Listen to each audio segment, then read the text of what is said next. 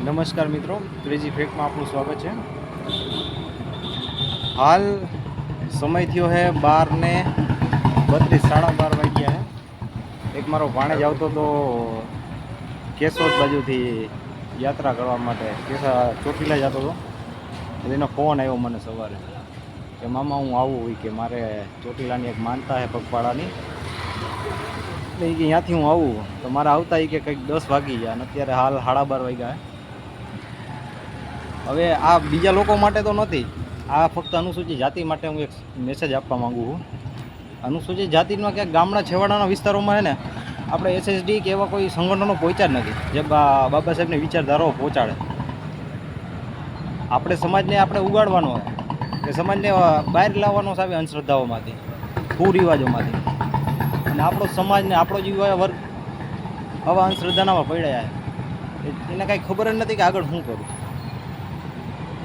તો મિત્રો, મારું કોઈ બીજા વર્ગને કે કોઈ સમાજ બીજા સાથે મારા કોઈ ભેદભાવ નથી।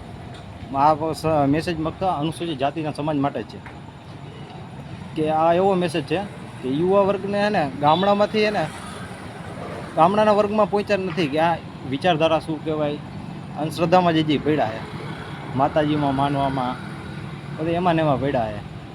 એટલે ઘણા સંગઠનોને મારી એક વિનંતી છે કે આવા છેવાડાના વિસ્તારોમાં જાઓ, બાબા સાહેબની કંઈક વિચારધારાઓ ફેલાવો, જેથી કરીને આપણો સમાજ કંઈક આગળ આવે અને કંઈક આ અંધશ્રદ્ધાઓ દૂર થાય।